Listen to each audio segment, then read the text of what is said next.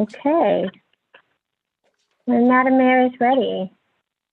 Okay, I am. We will open the City of Bishop City Council meeting for Monday, November 23rd, 2020. And our invocation this evening will be given by Pastor Davis, Church of the Nazarene here in Bishop, California. Pledge of Allegiance will be led by Mayor Pro Tem Chris Costello. Everybody would please stand. And we have Pastor Davis with us. I don't see him as a person. He hasn't joined? No, he has not. Okay. Maybe Mayor Smith would like to appoint someone else since he's not ready at this time. Mayor Pro Tem, how about the Certainly. privilege of leading both of these things? All right. Can I invite everyone to bow your heads with me as we pray? Father, I come before you in the name of your Son, Jesus, and I thank you for the wonderful city of Bishop. I thank you, Lord, for how our community has faced the challenges of this year. And I ask, Lord, that you continue to give us wisdom. Pray for our council members that you would allow us, Lord, to hear each and every thing that's being said tonight, that we'd have open minds, that you'd help us in every decision that we have to make. We do pray, Father God, for our new council members, that you would prepare them for serving in this capacity. And I ask, Father, that you would bless tonight's meeting, allow it to launch our city forward. Lord, I pray you continue to prepare us, Lord, for things in the future. And I ask it all in Jesus' name. Amen. Now, if you join me for the Pledge of Allegiance. I pledge allegiance to the flag of the United States of America and to the republic for which it stands, one nation, under God, indivisible, with liberty and justice for all. Thank you. Thank you very much. May we please have roll call? Councilmember Mahovy, Here. Councilmember Ellis, Yes. Councilmember Schwartz, Here. Mayor Pro Tem Costello, Here. Mayor Smith. Here. Thank you. Thank you. Now we have time set aside for public comment. If anybody at this time has public comment on matters that are not calendared on our agenda this evening. I know we have two comments coming up for an agenda item later. Do we have, Robin, do we have any other comments that have come in or any hands raised? No public comments on our public comments email and no hands are raised. Okay, thank you very much. We'll move on to proclamations. We have one proclamation this evening, and that will be for Home Health Hospice Care Week, November 30th, 2020 through December 4th, 2020. And with us this evening, we have our Pioneer Home Health Administrator and Registered Nurse, Ruby Allen. She will be receiving the proclamation this evening. And if council is ready, we're going to go ahead and read that proclamation. Please. Ready. Ruby, I can't see you on my screen, but welcome and thank you for all the work you do with home health care and especially with hospice. We appreciate it. The City of Bishop Proclamation, Home Health and Hospice Care Week, November 30th, 2020 through December 4th, 2020. Whereas home health care providers in Bishop belong to a proud tradition that has existed in this country for more than a century as a cost-effective and humane alternative to institutional care, and whereas quality hospice care reaffirms our belief in the essential dignity of every person, regardless of age, health, or social status, and that every stage of human life deserves to be treated with the utmost respect and care.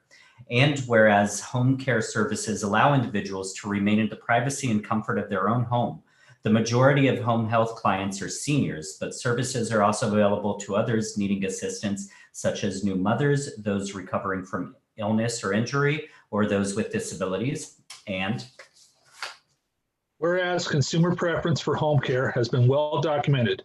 Home care allows an individual to receive care in familiar surroundings with loved ones close at hand.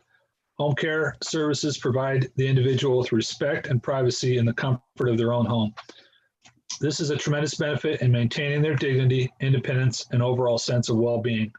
And whereas at the end of life, through quality symptom control, caregiver training and assistance, and emotional and spiritual support, individuals are able to remain at home and live as fully as possible through the journey at life's end. And whereas home health and hospice care professionals, including physicians, nurses, social workers, therapists, counselors, health aides, chaplain, and volunteers, provide comprehensive and compassionate care.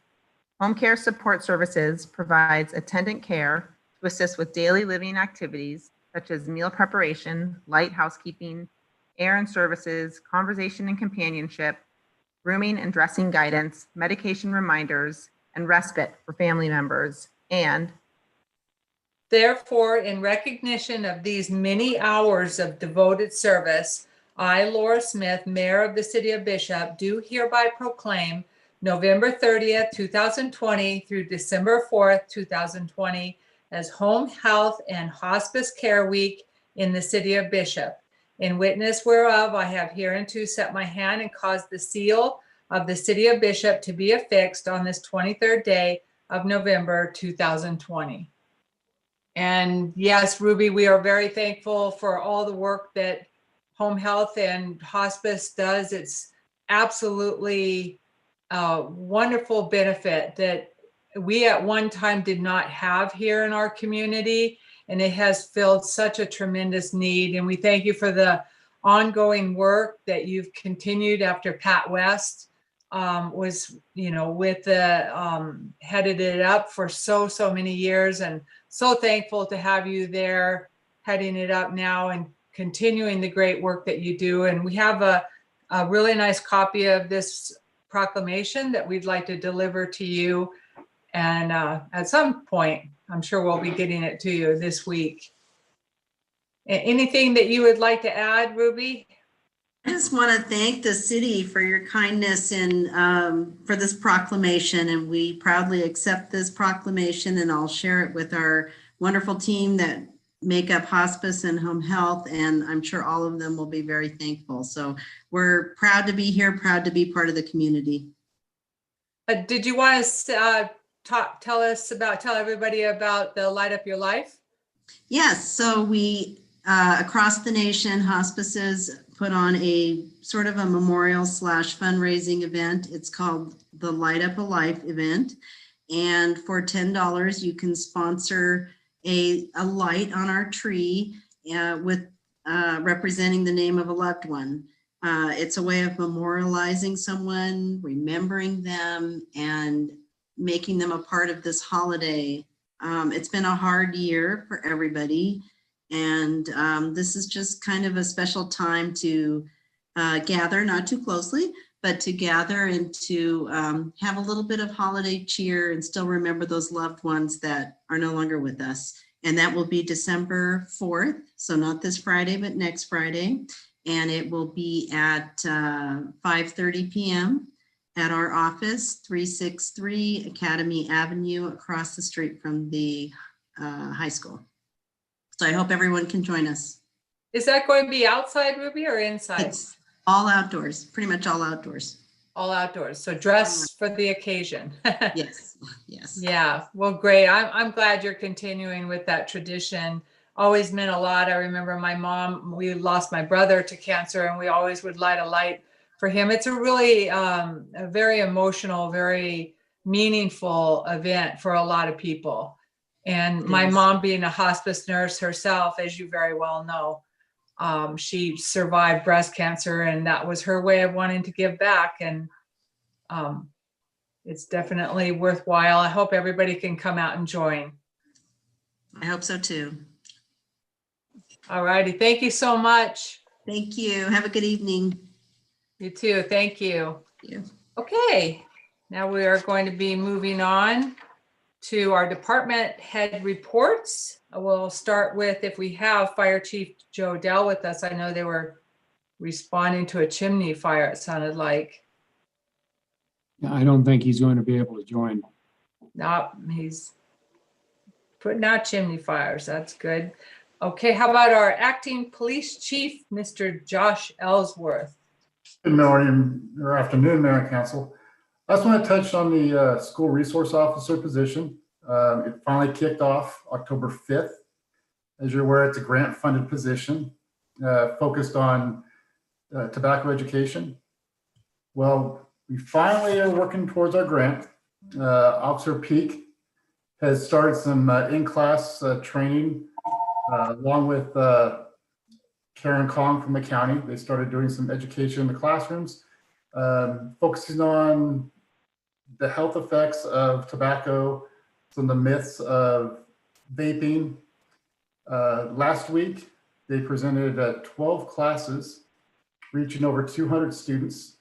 They have additional classes scheduled for after the holiday break here, and they will continue at the middle school and start reaching out to the high school. This last week, we got some positive feedback from some students and some parents of students that were taught in his class. So that's kind of my overview of the SRO program, and it's very successful. So and that's all I have. If you have any questions. Anybody have any, thank you, Chief, Acting Chief. Anybody have any questions or comments? Josh, how's it going so far as acting chief? It's going well. It's going well. Getting my feet wet, trying to catch up and get up to speed on a couple different topics, but it's going well so far. All right. Thanks for stepping in. Thank you. Thank you for the opportunity. That's good. All righty. Thank you very much, Josh. We'll be moving on to our Public Works Director, Mr. Destin Deshawn, please. Good evening, Madam Mayor and Council.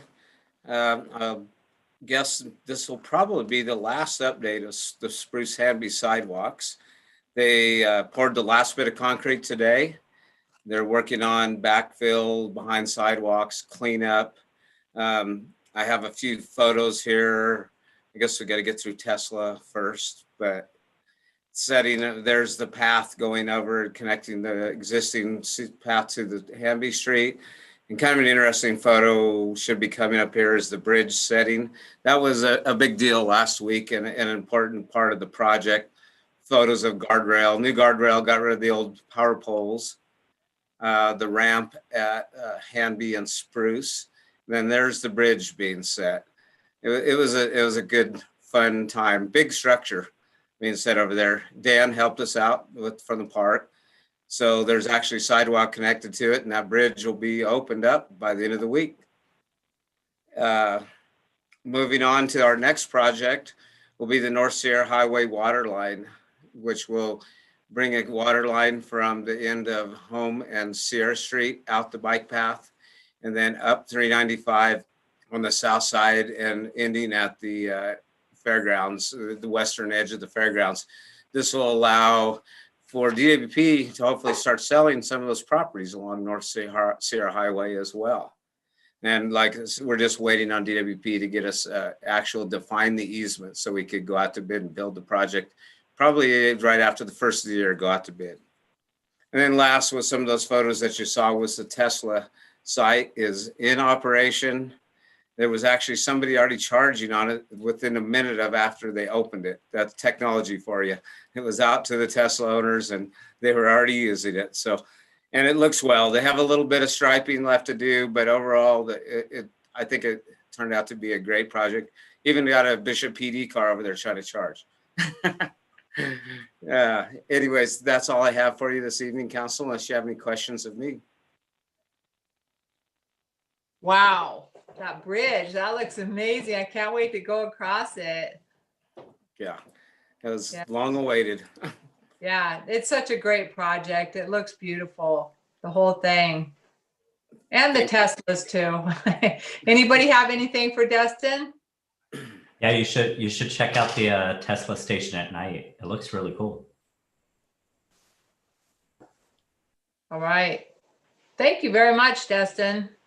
And we'll move on to our Community Services Manager, Dan McElroy, please. Good evening, Mayor and Council. Mayor, can you hear me okay? Can hear you perfect. Well, good evening. Just a quick update from Community Services. Of course, you guys know that it is the holiday season, so we've begun doing all the decorations in town.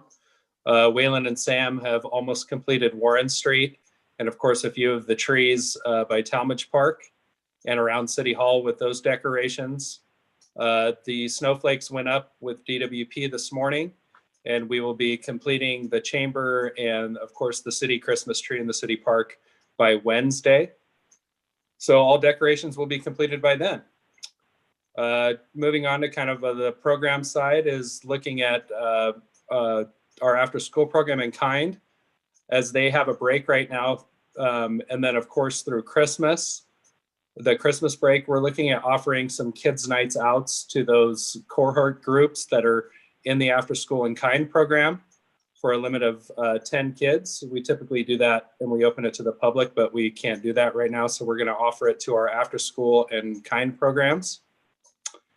And then lastly is just, it was great to set the bridge on Friday. And we're looking forward to getting a lot of the landscaping and projects done this winter, so that come spring and summer next year, the park will look bigger and better and badder than ever. So thank you, Destin. Thank It's you, hard Public to Works. make it look bigger and better and badder. It's bad. So that's all I have. If you guys have any questions for me? Thank you, Dan. Anybody have any comments or questions for Dan? The big, bad, bigger, better, badder Dan. Thank you very much. We'll move on to Associate Planner Economic Development Coordinator, Elaine Kabala, please. Do we have Elaine with us? Sorry, good evening. Good evening, Mayor and Council. So the only real update I have from the last couple of weeks, besides there were some strange people tapping on the window outside a second ago, is that we did all our public outreach for the downtown specific plan last week. So we rented a storefront on Main Street for the week, and held open office hours Monday through Friday, and then also on Thursday evening. And we were busy pretty much the entire time. It was really successful. There was a steady stream of people. I didn't have a moment to myself the time we were open, and at no point did I feel like we were so crowded that we were in risk of jeopardizing any of the COVID protocols we had in place. So that was really successful. In addition to all the people who came in person, provided feedback, I also know that there were a lot of people who provided feedback in the online survey, which is available at the project website, which is www.downtownbishopplan.com. I don't have a tally of the number of responses we've received yet. I know that there were many submitted online. Like I said, we were busy the whole time. I have taken a bit of an opportunity to just flip through some of the feedback we got, though. I haven't had an opportunity to analyze that, and obviously the consultants will be the ones who are distilling that for us. But largely there was a lot of support for the project, for ideas about thinking about the future. And in looking through the survey responses, mostly everyone who came in was, was really friendly and really positive. But in their actual responses, they were very, very engaged and really engaging with the information that was being presented and the different alternatives, and providing very distinct preferences for what they think is appropriate for Bishop. So I thought that overall it was very, very successful workshop. I'm really looking forward to bringing the analysis of it back to the council for your review. Thank you. Wow, that's great to hear that you got such a wonderful response. Our community is amazing. I am so grateful to our community for showing up like that and for engaging, you know, because the people who came did have to take time out of their day, both to just come, but also to come and really understand the information. And I really do want to express my gratitude to our community for being so engaged. I know, even though I don't have an exact count, you know, I think we probably had upwards of 70 people come into the space, and for a community our size, that is just really, really tremendous engagement. So I'm very proud and very grateful to the community. That's so great. Thank you, Elaine. Anybody have any questions or comments for Elaine right now? Just thanks for the hard work. I know when I came in, you hadn't eaten or had a sip of water, and you were just working really hard. So I really appreciate you just putting yourself out there for the community, because I know a lot of people were really thrilled to be able to have input on a project like this.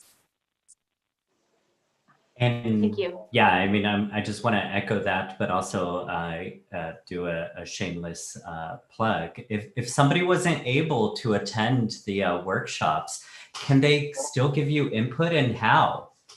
Yeah, thank you for asking. We will be accepting input on this throughout the duration of the project. So as I said in my report, there's a project website, which is downtownbishopplan.com. And all the information that was presented is available there, and the survey is also available. Also, everyone is always welcome to reach out to me at City Hall over email or giving me a phone call directly, and I'm happy to spend time talking to people about the project.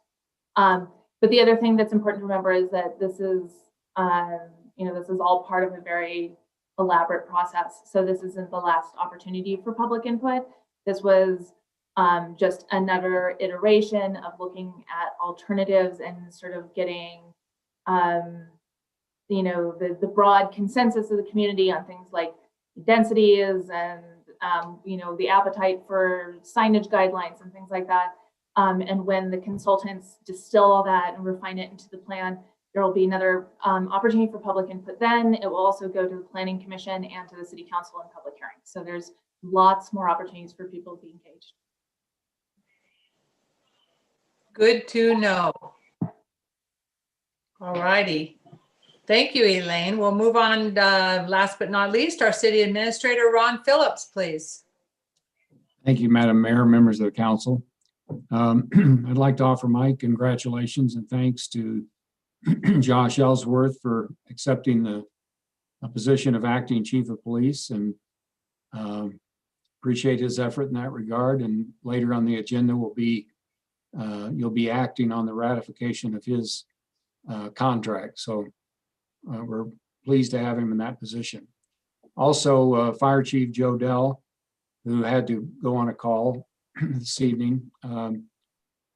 Last week, they prepared for and then participated in the funeral procession for Mr. Huffman, and had an excellent participation in that sad event.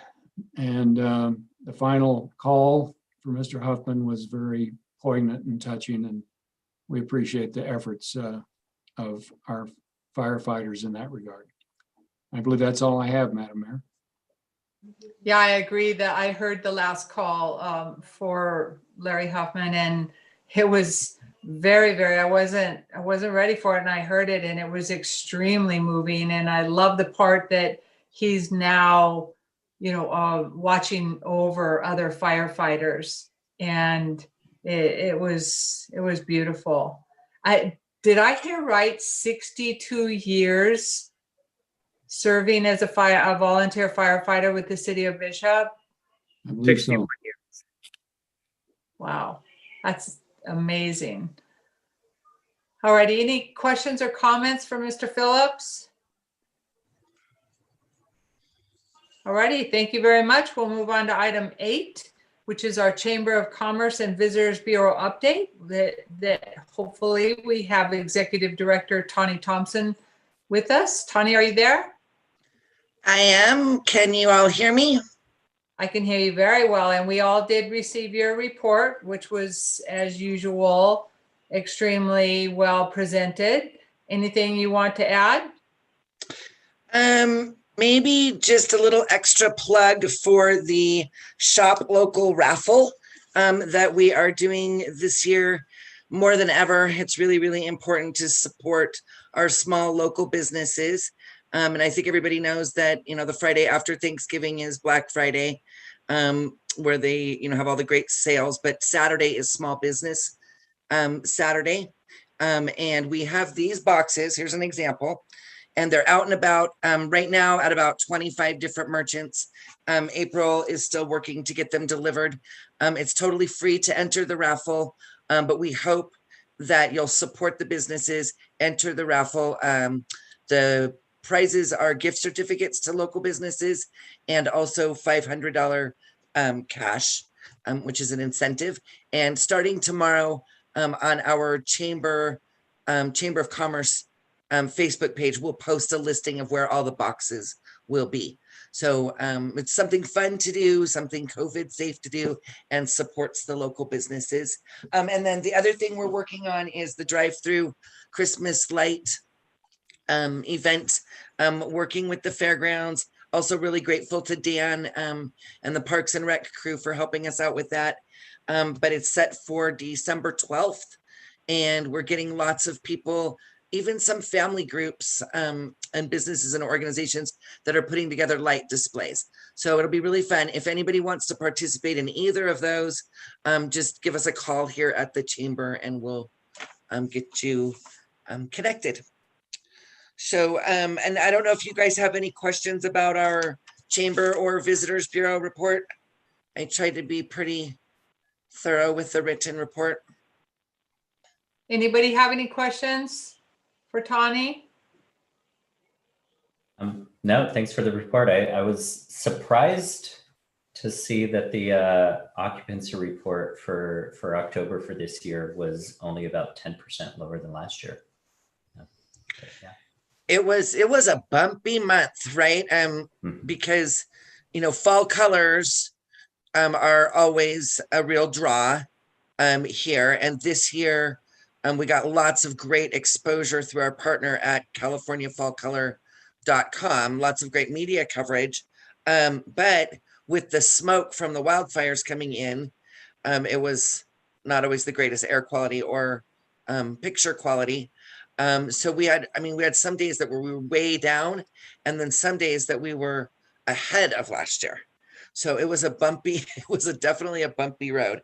And then with the Forest Service, with the closures and the not closures, and our staff was very busy with the visitor center, because as you know, the public lands visitor centers are still closed, or they were closed at that time also.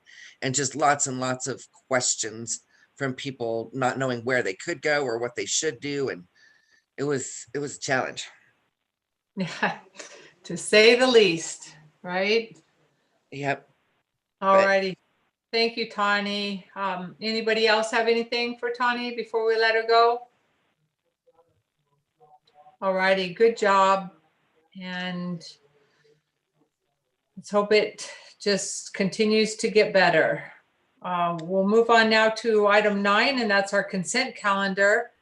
And consent calendar is acted on by one motion. We consider the items in their routine. Anybody have any comments or questions about the consent calendar? Anybody from the public at all, Robin? No public comments on our public comment email, and I'm double checking the attendees, and I do not see any raised hands. So no public comments at this time. Okay, anybody prepared to make a motion? Madam Mayor, I'll make a motion that we accept the consent calendar as provided. I'll second that. Thank you, and the vote please, Robin? Councilmember Mahoney, Yes. Councilmember Ellis, Yes. Councilmember Schwartz, Yes. Mayor Pro Tem Costello, Yes. Mayor Smith. Yes. Thank you. Motion passes 5-0. Thank you. on to our new business for the evening, and item A is a public hearing.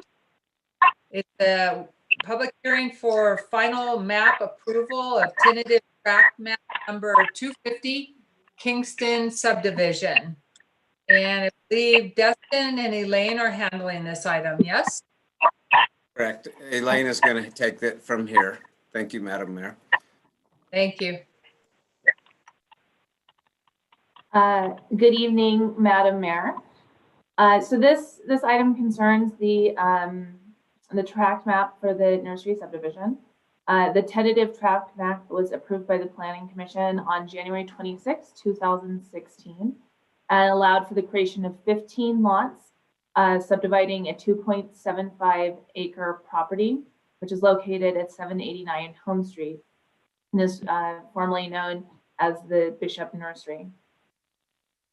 At this point, the subdivision improvements and the conditions of approval have been substantially completed, which allows for the developer to request the approval of the final map, which reflects the construction and improvements to date. The final map has been checked by the city's engineer and conforms to the approved tentative map and the Subdivision Map Act. There are several conditions of approval and mitigation measures that will be carried forward in the developer's letter of acknowledgement, which is included in the staff report, and that's a letter from the developer to the city that for the conditions of approval and mitigation measures that will live for the life of the project, the developer acknowledges that they continue to be obligated to meet those requirements.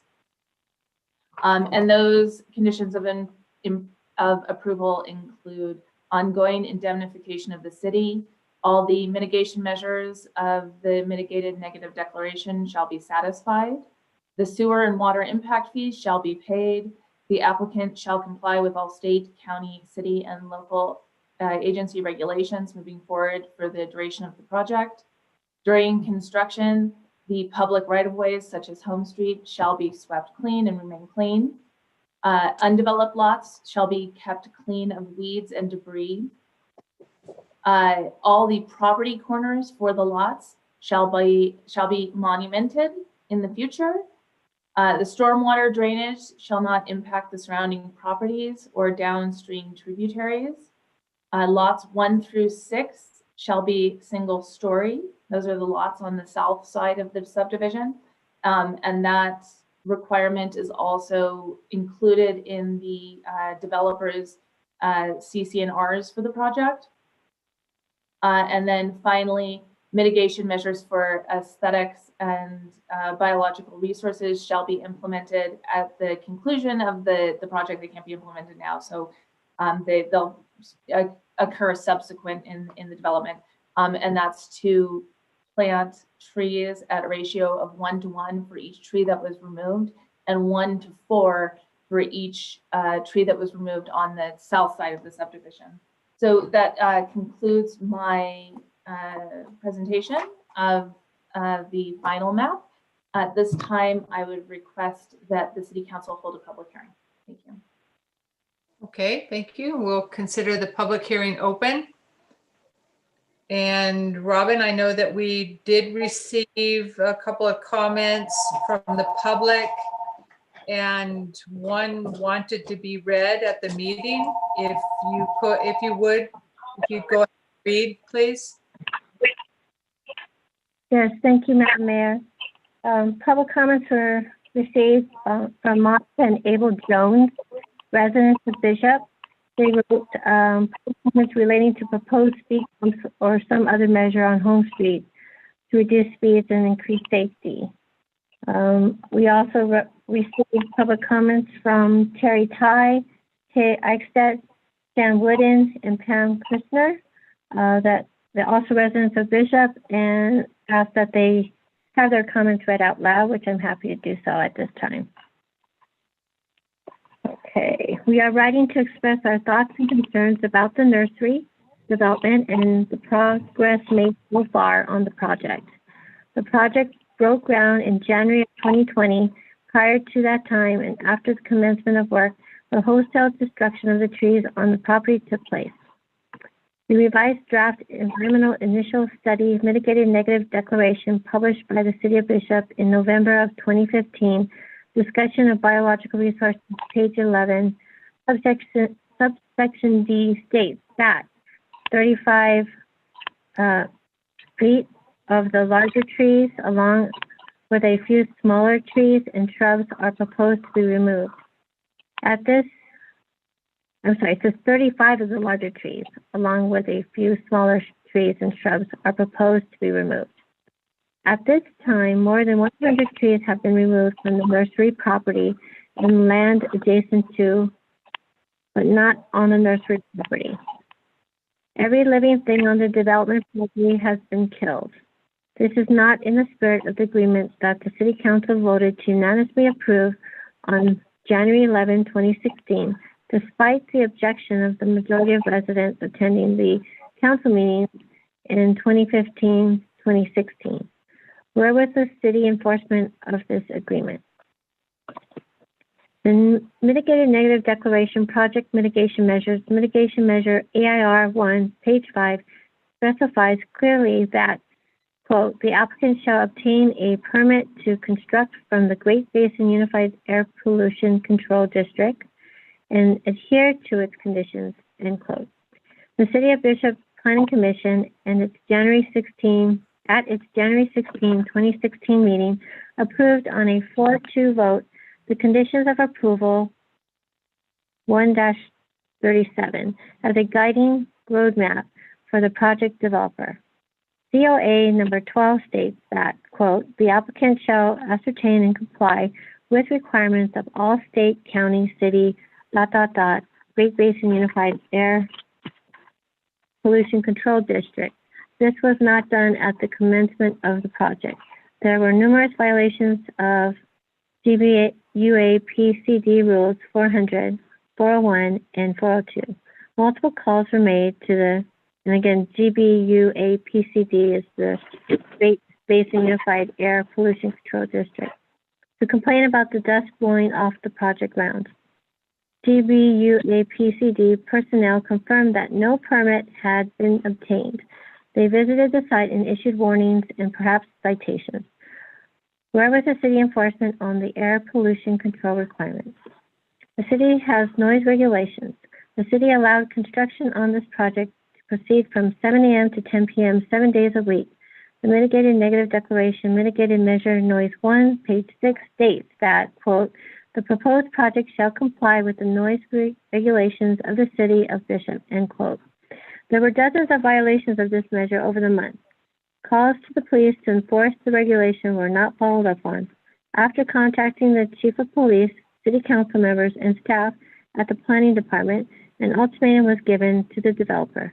Since that time, general compliance with the noise regulation has been achieved. Where was the city enforcement on this regulation at the onset of the project?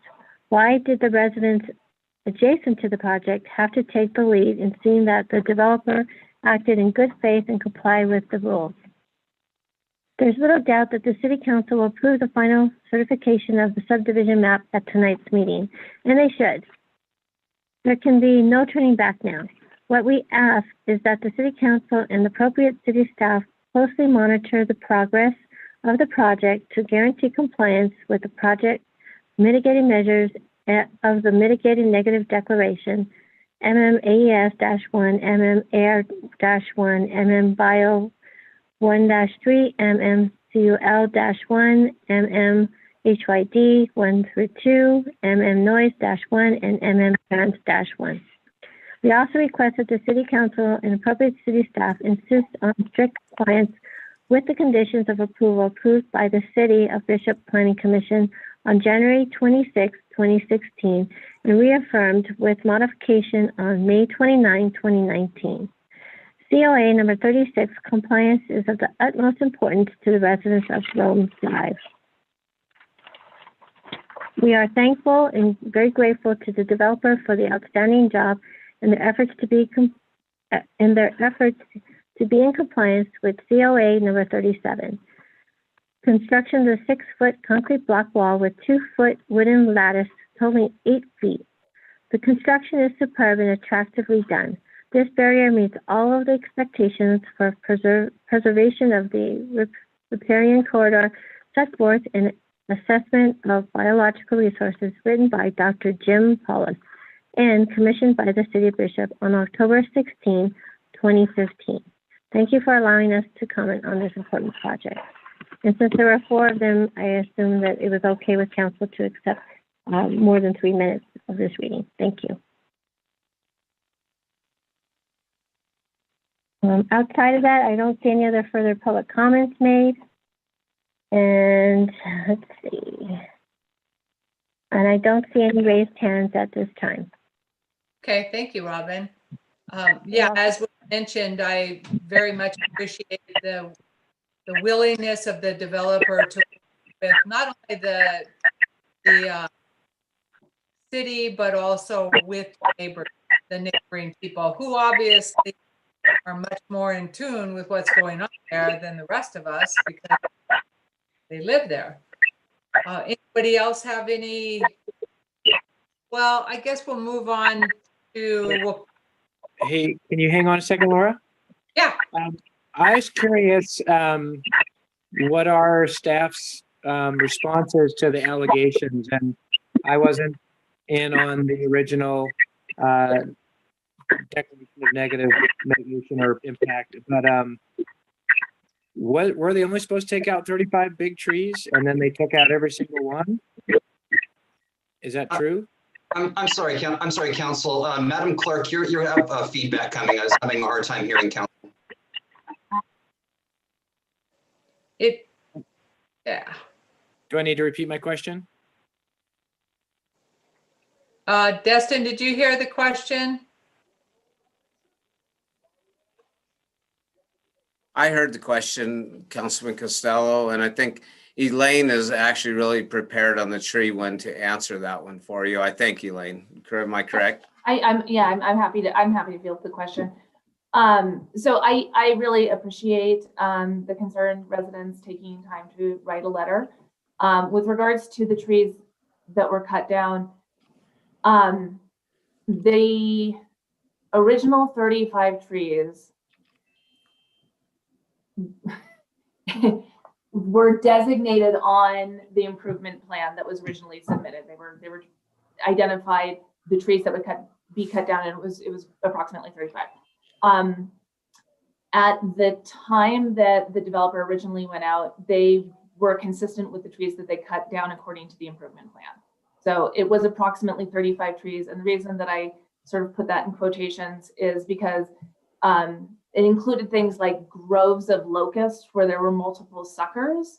And so I think that the way that it was demarked on the plan was that there was basically a single tree that, had been pruned over time and other things had come back up. So I think at that time, when we took this to the Planning Commission in 2019, I went out and I did a site survey of the trees that were cut down, and it was substantially in conformance with the improvement plan. Subsequent to that, there were trees along the property boundaries, in particular the cottonwoods in the back, that in a wind event dropped a number of branches that caused property damage. And the developers reached out to me and they asked if it would be acceptable to remove additional trees that were considered dangerous.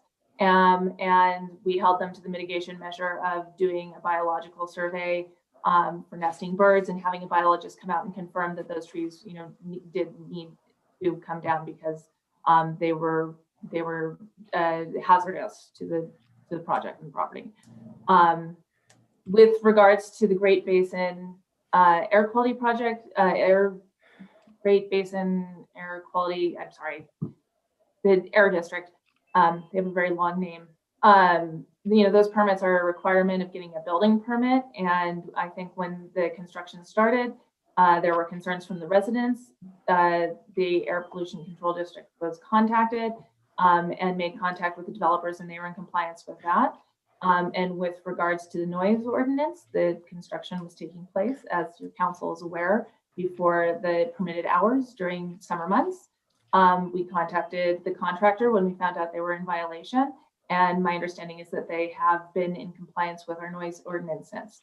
So I appreciate that the concerned residents are, holding the developers accountable, and we will continue to enforce the conditions of approval and the mitigation measures for the project. Thank you. All right, thank you, Elaine. And this right now is actually, we are in our public hearing, and we're going to, we can continue to have more discussion on this when we move into our action item. Does anybody else have anything else at this time? Or if there isn't any other public comment, we need a motion to close the public hearing. I'll make a motion to close the public hearing I'll regarding second. the final tract map number 250. And I will second that. Okay, thank you. May we have the vote, please?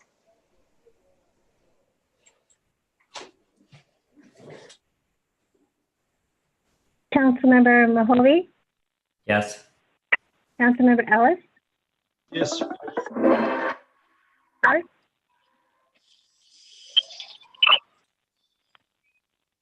Councilmember Schwartz, Yes. and Mayor Pro Tem Costello, Yes. and Mayor Smith. Yes, Thank you. Motion passes 5-0. thank you. We'll move on to item B, which is the resolution approving the final tract map number 250 Kingston subdivision. And are we going with Dustin or Elaine? Elaine again. Okay, Thank you, Dustin. And I don't have anything to add to my staff report from the public hearing unless your council has questions. Staff recommends that the council approve the resolution certifying final tract map number 250. Thank you. It's real. go Okay. to Zoom. Anybody have anything else for, Yeah. yeah, go ahead. Sure. So first, I wanted to yes, thank everybody on Rome Street who put in public comment. I think it's pretty safe to say that the last real development we've had in Bishop has been, I don't know how many years ago, maybe even decades ago, and as we start moving forward and hopefully having some more of these undeveloped or doing infill in our town, all I can say is I think I speak for everybody at the city to say, like, yes, we will do better, and we'll keep better track of what's going on. It's a shame that you guys had somewhat of a negative experience, and in that sense, like I said, it's the first time in many years, and we're all learning as we go through this. So yeah, I think we'll try our best to do better in the future. Now, one of my questions that I have about this particular division is, it says in this particular division, we're talking about splitting it to 15 plots, but I thought that was changed to 12. So does that mean that this needs to be revamped, or is it still under the impression that it will be 15 different tracts? Yeah, so there's the 15 lots will remain. So basically the parking lot of the nursery building, and the garden area in the back of the nursery occupy 3 of those lots. So on paper, there are 15 lots. There will be 12 properties developed, 12 lots developed with residential. Okay, and ultimately the city has to issue a certificate of occupancies for all of the houses, right? And That's so correct. I imagine when we're getting ready to do the certificate of occupancy, that will be the point where we go through everything in their particular conditional use permit with regards to the trees and everything to be able to before we issue that particular certificate of occupancy. Is that my? That's exactly right. Yeah, the certificate. There are a couple of thresholds, or there's a few things that the city has to ensure compliance with the conditions of approval, and the certificate of occupancy is one of them. Yeah, probably the most important one is that we will not issue building permits until certain requirements are met. So, and the building code also ensures that many of these items left will be followed through with as well. And sorry, since I'm asking questions, it's my understanding also that the street going into there is not considered a city street. Is that correct? That would be correct. It would be a private driveway with easements granted for the water and sewer that they will dedicate to the city. And so at times like this time of the year, they will be responsible for removing all leaves from the street and doing their sort of street sweeping. And what recourse do they have if whoever owns the property doesn't do it? Yes, that would be correct. And I'm assuming that they may want to contract with the city for leaf sweeping or something to that effect. Okay, cool. The main reason, again, that we could not treat that as a city street is that a non-standard width. They did not have enough width to allow for even the minimum of a 50-foot right of way through there with a 5-foot sidewalk and a 40-foot road. So that's the main driver of it becoming a private driveway. Do we have other private driveways in the city, Destin? I'm just trying to think. I'm trying to think if we really have any inside the city. The things that people might consider city streets would be the school, things like that. The hospital has some private driveways as well that they do contract with us for maintenance, but this is the first one that's really truly within I guess Jay Diamond could be another example. They have a street going through that it is private as well. So yeah, you're right. There's more than one, but very non-typical of the city. Yeah. Okay, thank you. Anybody have anything else right now? Yeah, I think that it would be appropriate for our staff to write a response to this particular letter and just express what Elaine said and what the council has said to, show appreciation for the people and that have written this, and to maybe alleviate some of their fears or tell them we're standing true to what we've said. Yeah, a lot of the things have been dealt with. As far as I know, everything has been either with the developer or with the city, and so that's good. But so you're saying that you'd like to have it in writing. I know that Elaine especially has probably talked extensively on those items. Well, I don't know. Do any other council members think that's appropriate, or should we not do that?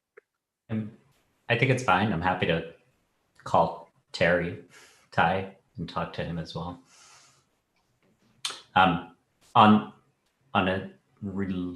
Sorry. I think just active communication with the folks on Rome Drive is very prudent, and I think it's reasonable to reach out again and just make sure that they are comfortable with the project moving forward. Yeah, like I said, they're the ones being most affected, right? But yeah, overall, I'm so thankful. I mean, like we mentioned, hopefully there will be more of this coming up in the future, because as we all know, housing at any level is just an extreme shortage right now in our area. And so it's exciting. It has been a long, long time. I think the last one was probably the project behind the bowling alley. Dustin, do you think? Yes, that was the last one. And that was probably getting close to 20 years now. Yeah, it's been a while. So it's exciting, and we hopefully have more to come. But it definitely affects the people that live nearby. We just put in a bunch of little townhomes behind the bowling alley within the past couple of years. So construction does happen. It's just there's going to be variables. But I did walk the project, and Stephen, thank you for asking that question, because I walked over there today and walked the whole project, and I found 12 driveways. I'm thinking, where are these 15 lots at? Are they sharing driveways? But that makes sense, Elaine, that they divided it 3 ways to make up the 15. I do want to say I walked every inch of that property, and the contractor has done an amazing job. The block wall in the back, the woodwork that they did on there, it's reinforced. I think they went above and beyond doing, I work construction, and I've seen some bad construction, and they did a pretty amazing job. So hats off to everybody involved in that. Yes, construction is messy. Yes, they're going to always be a problem. But I think overall we mitigated things quite well. And I want to say thank you, Elaine, for all your work on that and trying to make sure that all the T's are crossed and the I's are dotted. So it's a difficult project, but I think it's a great step forward. And I think that they have done a pretty amazing job of what they've done. So. Yeah, and the trees, I'm so excited about all the trees being planted. And yeah, maybe at first it doesn't, trees, they're smaller, but look at Home Street now, how gorgeous it is. And the beautiful trees, it'll take just a few years, but they'll grow up and become beautiful trees again, and safer trees. Another, oh, sorry. Go on.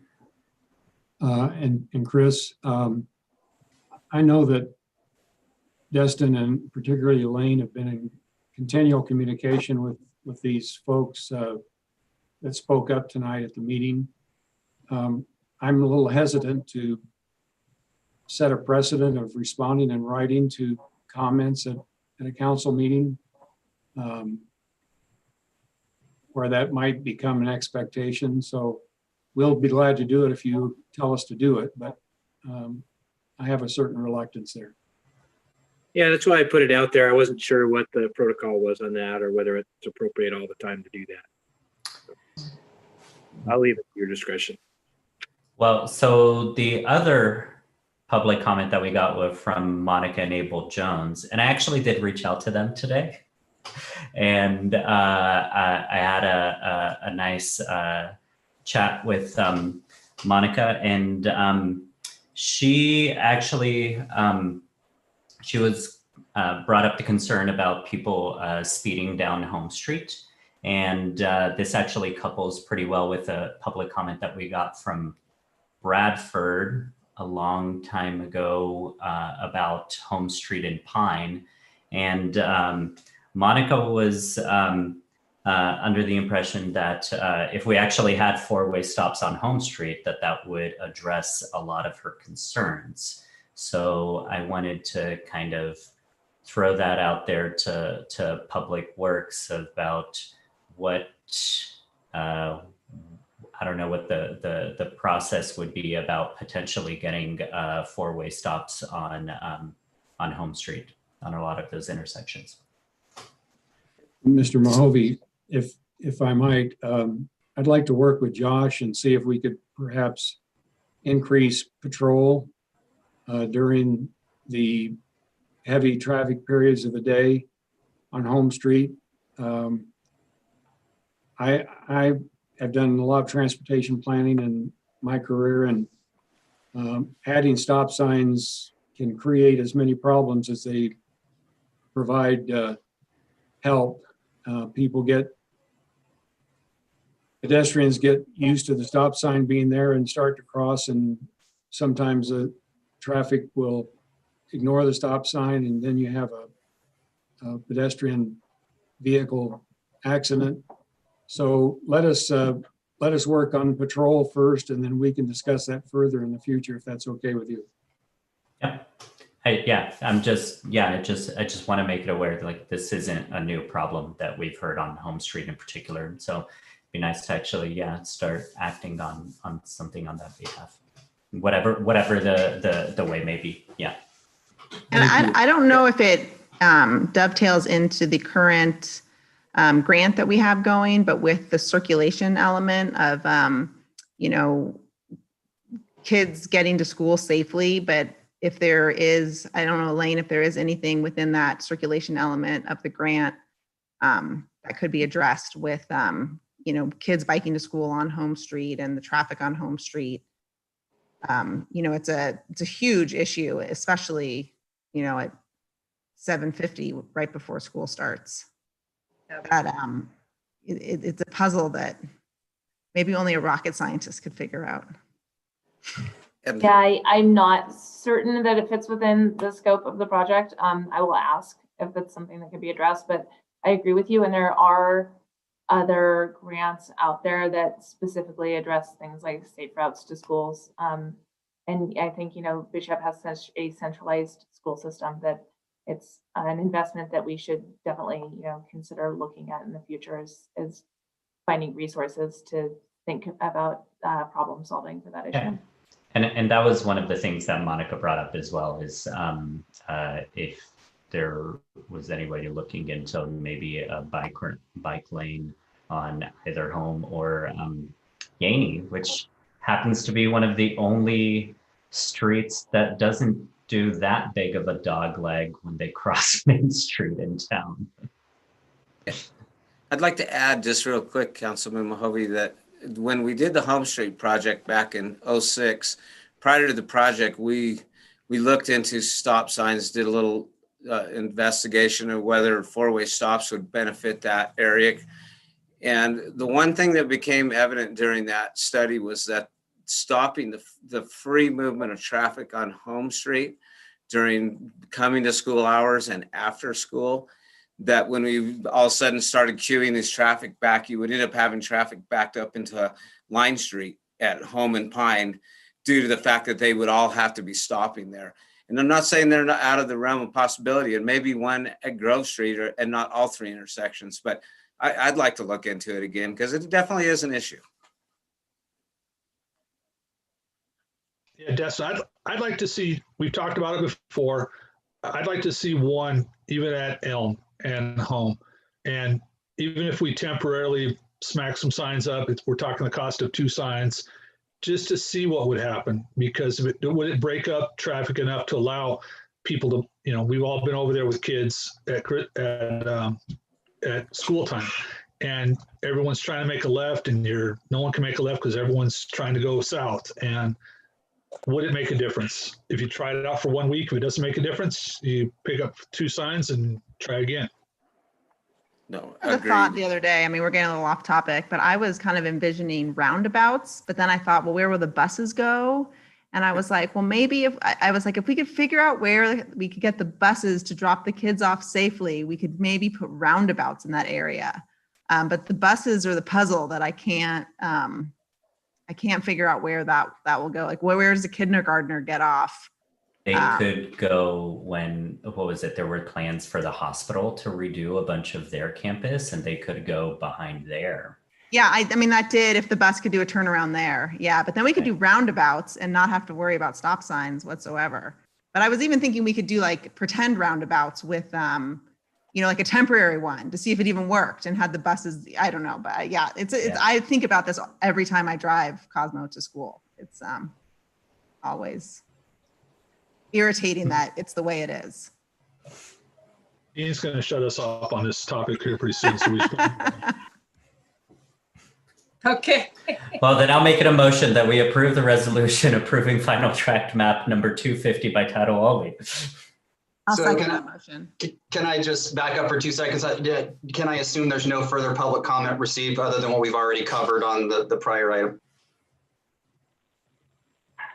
That's correct. That's correct. The public comments on our email are not there, and I'm looking at, wrong thing.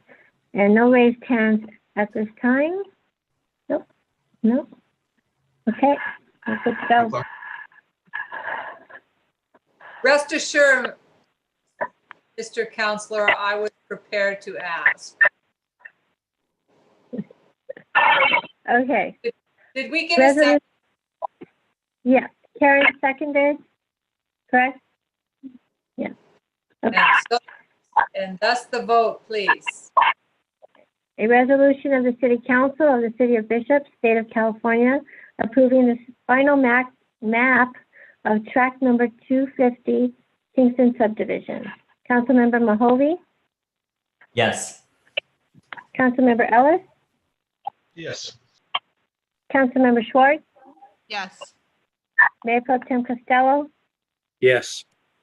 Mayor Smith. Yes. 5-0. All righty, thank you. Our item C is second reading and adoption of an ordinance relating to dissolving the Water and Sewer Commission. Dustin. Good evening again, Madam Mayor and Council. At your regular scheduled City Council meeting held on November 9th, 2020, I brought before you an ordinance for the dissolution of the Water and Sewer Commission. In 2004, the City of Bishop adopted an Ordinance 5011, which formed the Water and Sewer Commission. The main function of the commission was to be an advisory committee to the City Council on all matters concerning water and sewer.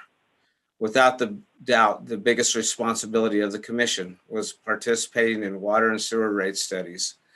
The commission has been an integral part of the team in 3 successful rate studies since then. At the regularly scheduled City Council meeting held on November 9th, Council approved the first reading and introduction of the proposed ordinance relating to the dissolution of the Water and Sewer Commission. Over the past years, as I mentioned last time, it's become harder and harder to have substantive matters to talk about. We only have rate studies every 5 years. And those years is very important to have some type of committee to help with the setting of the rates. But in the in-between years, we really don't have a lot of issues to talk about. The water and sewer systems are going great. I would, if we do so choose, if you council does so choose to dissolve the commission, I would respectfully ask that an ad hoc committee maybe be formed on those rate study years to help with the setting of rates, and possibly even having 1 or 2 council members be part of that committee. But it's very helpful to staff to have that community input into these rates and get a feeling where we're at. The budget impacts are very minimal, $750 in water and sewer funds each year. So at this point, staff recommends that the City Council approve the second reading of the proposed ordinance to dissolve the Water and Sewer Commission by title only. And just to reconfirm, Destin, that the Water and Sewer Commissioners were in approval of this. They were notified and agreed with it, right? Correct. I had a conversation with each of them over the phone, and they were in agreement as well, and also expressed interest in being part of that ad hoc committee if we do it. Great. When is the next? Oh, sorry. When's the next rate study? Or how often do we do rate studies? Every 5 years. So the last one was, let's see, the new rates went in effect not this July, but the prior July. So we're looking, I think it was 2023. We look at doing another rate study. So usually about 6 to 8 months prior to that July. So somewhere in October-ish, the prior year, we start the rate study. Okay. And so it's over the years, it's been done. The last one's been done by staff and the commission and council's approval. But there's been consultants on board too, also, just depending upon how far we may or may not be in line with where the rates need to be. Okay, anybody else have anything right now on this item? I think that covers it.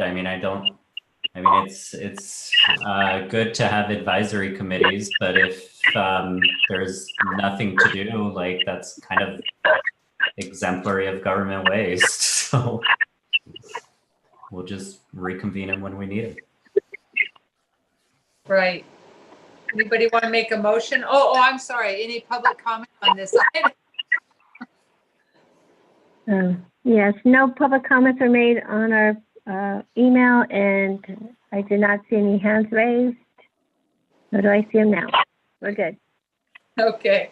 Looking for a motion then, please. I will make a motion that we approve the second reading of the proposed ordinance to dissolve the Water and Sewer Commission by title only. No, I'll second second that. that motion.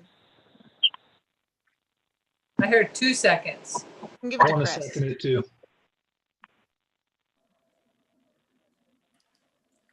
Did you get it, Robin? So I heard Mahovey and then Chris Costello. Will Mayor Pro Tem? Okay, thank you. And the vote, please. An ordinance of the State of California dissolving the Water and Sewer Commission and taking related actions. Councilmember Mahovey, Yes. Councilmember Ellis, Yes. Councilmember Schwartz, Yes. Mayor Pro Tem Costello, Yes. Mayor Smith. Yes. Passes 5-0.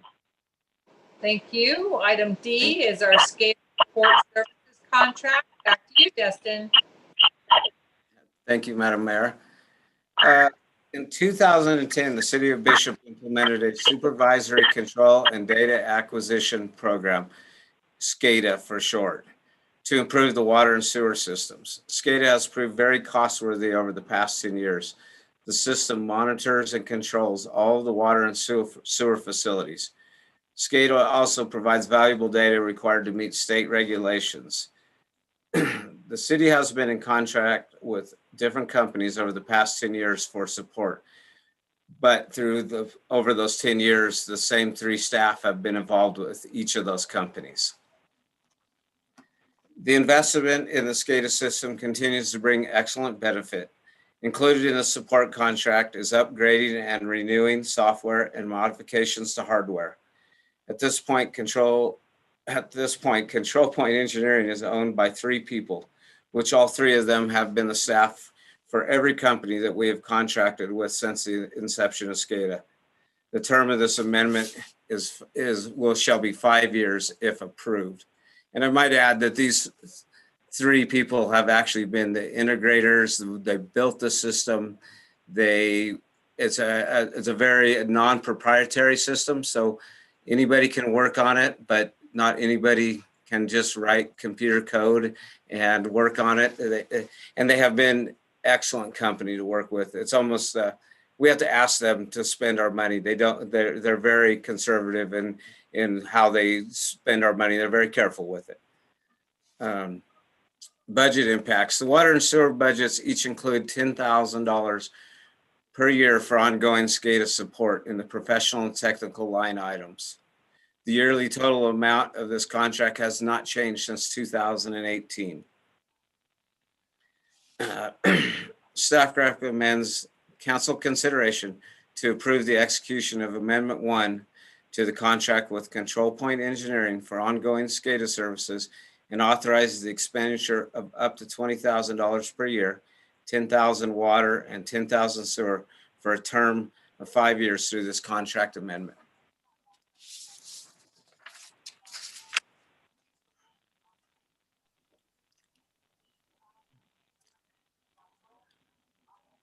Laura, you're muted. You're muted, Laura. Thank you. Anybody have any questions or comments for Destin? So yeah, this is the system that basically like monitors the pressure at the wells and like how much flow is coming and all of those things, right? Like critical information that we need and sets off alarms if things are broken, right? Correct. It actually not only monitors, but we can remotely control each and every well and turn off and on pumps and motors at the sewer plant. And it's just an amazing tool, and it's saved us. I don't know countless hours of overtime of people having to react to phone alarms at a well or something like that. It's also valuable in the fact that the fire alarm goes off at night. I can log on to SCADA and look and say, hey, are all the wells working? Is everything, up and going? When a large structure fire maybe happens, and during the winter when all the wells but one are shut off. Yeah, it's really, and then also has added a lot of information. I was able to give the Owens Valley Groundwater Authority, I can give them minute by minute data on the levels of groundwater at all of our wells. I understand those meetings correctly. You probably give them minute by minute narrations of the water levels. That's the consultant. All right. Anybody else? Anything on this item?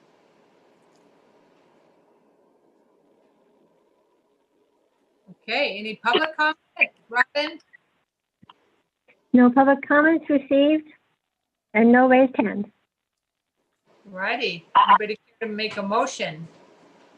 I'll make a motion to approve the execution of Amendment 1 to the contract with Control Point Engineering for ongoing SCADA services and authorize the expenditure of up to $20,000 per year, $10,000 water and $10,000 sewer for a term of 5 years through this contract amendment. I'll second it. All right. Thank you. And the vote, please.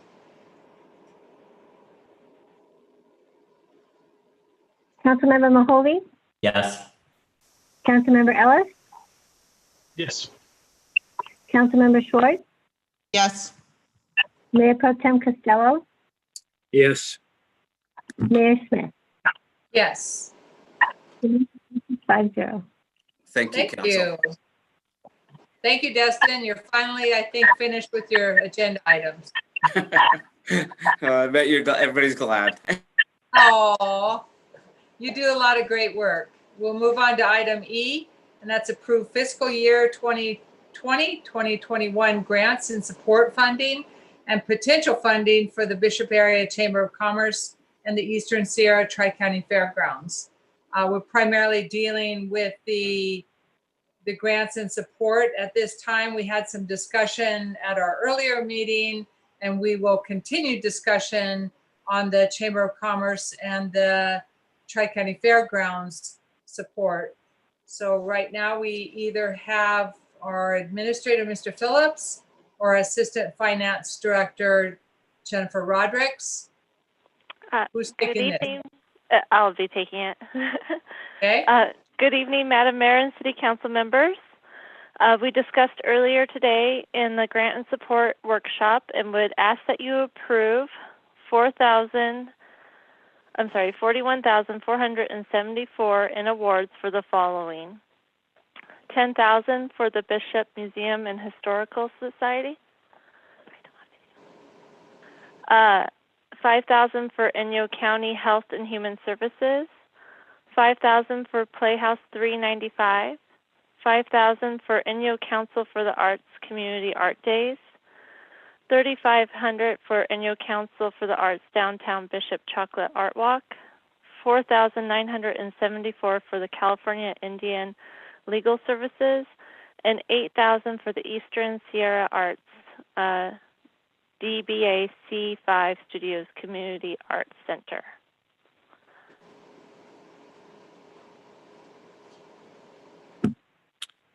Madam Mayor, I just wanted to, or do you need public comment first, or? No, go ahead. Well, I just wanted to just say to the rest of the council how really impressed I am that even in the midst of our own financial problems and budget cuts and, trying to do a good job to keep the city afloat, that, the consensus was let's support our community and do everything we can to, honor and help these organizations that are working with children and that are helping, people that are underprivileged. I really think it says a lot about our council, and I appreciate you guys. Thank you. All righty, thank you, Mayor Pro Tem. And any other comments or questions on this item right now? And Robin, did we have any public comment or hands raised? No public comments received, and I can't see the participant. Hold on a second. There's no hand raised. No hands raised. Thank you. Thanks, Jenny. Okay, if there isn't any other comments or questions, anybody ready to make a motion to approve this item? I'll make a motion to award the proposed 2020-2021 grant and support applications. I'll second that. Okay, thank you. And the vote, please, Robin? Councilmember Mahovey, Yes. Councilmember Ellis. Yep. Councilmember Schwartz, Yes. Mayor Pro Tem Costello, Yes. Mayor Smith. Yes. Motion passes 5-0. All righty, thank you. And our last item under new business is our item F, resolution and agreement related to the appointment of acting police chief. And I believe Mr. Phillips is handling this item. Thank you, Madam Mayor, members of the council. A couple of weeks ago, you made the decision to appoint Josh Ellsworth as acting police chief, and City Attorney Pucci and I put together this agreement that you see in front of you and shared it with Josh, and we've all agreed, and the agreement was signed, and we'd like to ask that you ratify it this evening. Thank you. Okay, thank you. Anybody have any comments on this? I'd like to say one more thing, in that it would be, Josh, that you had expressed to our police force how much the city relies on you guys. We do expect a lot, and you guys deliver. And understand these are very trying times for our men and women in blue. And just want to encourage you guys to stay the course and to continue to serve and protect our people with all your hearts. We appreciate you, and thanks for stepping into this role. Absolutely, thank you. And we will keep moving forward. All righty. Thank you, Chris. Anybody else? Welcome. Oh, Yeah. Go ahead, Stephen. Yeah, thanks for stepping up and on such a short notice, and yeah, looking forward to this period. See what we can do. Thank you. Thank you for the opportunity. Yeah, I think it is great, acting police chief, that I keep wanting to call you LT, but acting police chief. I think it's great that you've already reached out to, I believe, if not all, most of the council members. And it was great to come to your office and discuss a little bit more with you. Heard some very positive comments from the officers also already. And I think I love the fact that we had somebody internal, we had somebody local that knows us and knows the department and was able and willing, and that you've stepped in, and I just hope that it works out really, really well for you. And thank you very much. Well, thank you. And you're always welcome in there. Okay. Anybody have anything else right now for acting police chief? Yeah, Laura, I'd like to pretty much second everything you said. Josh, thank you for doing this. And I applaud the communication. I think that's a huge positive, and please keep that up. We're open as you are, and want to hear what's going on and what we can do to help you and help the department. Like Chris said, we truly value you guys. You're incredibly important to the present and future of our city, and let's work as a team and just keep the communication open. So thank you. Absolutely. Thank you. Welcome. Hello. All righty. Robin, do we have any public comment? And Jenny, do we have any hands raised? There are no hands raised. I'll make the first resolution. Oh, go ahead. Robin, do we have any public comment on this item, please? No public comments received, and as Jenny said, no hands are raised at this time. Jenny told us. Yep. Okay. Did you have something, Mayor Pro Tem, you wanted to add? Yeah, no, I just wanted to make the first of two motions. Okay, hit it. All right. I make a motion to approve the proposed resolution appointing Josh Ellsworth as acting police chief by title only with the desired effective date of November 11th, 2020. Are we doing one vote or two votes? One that I know of. I Okay, think you handle with one. Okay, and that we ratify the employment agreement between the City of Bishop and Josh Ellsworth as acting police chief with the effective date of November 11th, 2020. I'll second that. Okay, thanks, guys. And the vote, please.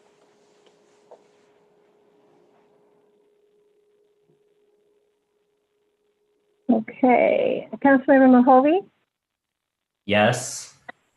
Member Ellis, Yes. Councilmember Schwartz, Yes. Mayor Pro Tem Costello, Yes. Mayor Smith. Yes. Okay. Motion passes 5-0. All righty. Congratulations. All right. All righty. We will move on now to future agenda items. And Karen, do you have anything? I have nothing. Jim? Yeah, tagging on to the last conversation, what we just talked about.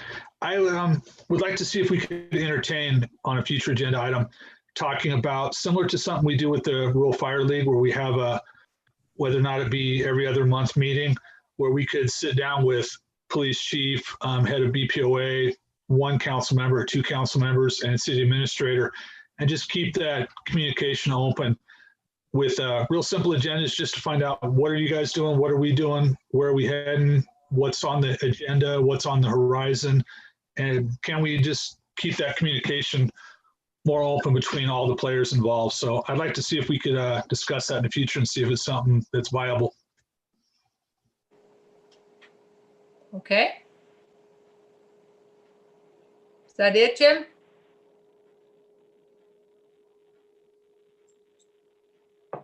Stephen, anything?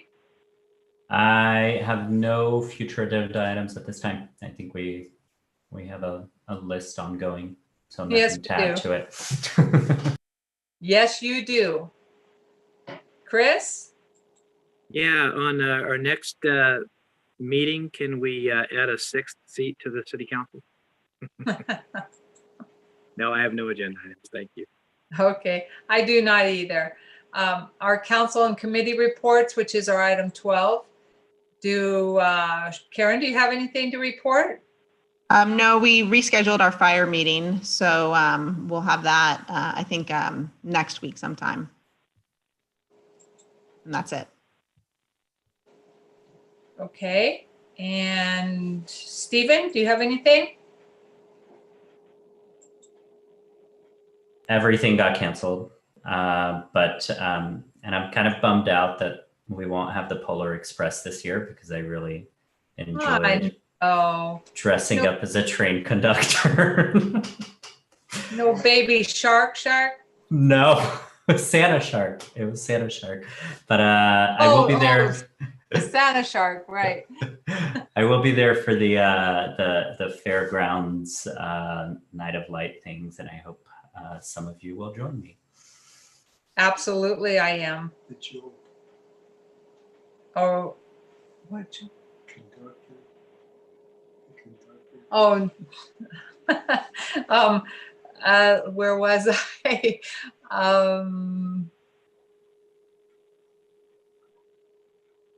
Did I go? I was at Jim. Jim, do you have anything? I'll act frozen like you just were. No, yeah, quickly. I had a meeting last Thursday. I was down in LA, and from my work truck office, I had a League of California Cities meeting with the Desert Mountain League. And it's kind of with new president Randall Putz out of Big Bear. We discussed where we're going to hold meetings in the past. I know all the council at one time or another we've been on. We usually have a meeting up here in April. We host it. We're going to try for this April, but with the COVID thing, things are up in the air. The general league kind of feeling is they're not really scheduling anything in person till June.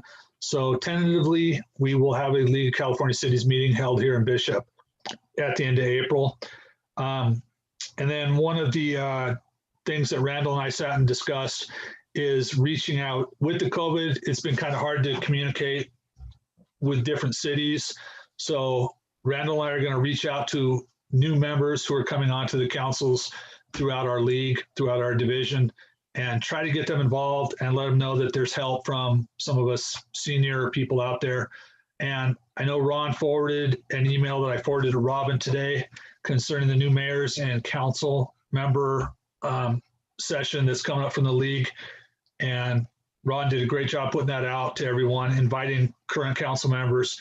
But it's just a great session. I think we've all been there at one time or another, where you go to the orientation on how the Brown Act works and how meetings are supposed to be run, and kind of gives a good feel. So that's where we are within the league. Just so you guys know, it's still moving forward. We're still there, but it's been pretty chaotic with the current situation we're in. We're hoping for an improvement. So thank you. Okay, thank you, Jim. Chris, do you have anything to report? Nothing to report. Okay. And I do not either. I'll be looking forward to the Fire JPA rescheduled meeting. And what my husband was asking me to ask you, and I couldn't think of it right away, Stephen, was based on your report. He wanted me to ask you what a semiconductor is. And you probably know technically what one is, but really it's a part-time train operator. And that's what you get to do, is you get to be the part-time train operator when we have the Polar Express. Exactly. Yeah. Anyway, that concludes our meeting for the evening. Thank you so much to everybody. And we will adjourn this meeting until Monday, December 14th, 2020 at 6 p.m. Thank you very much. Night, night.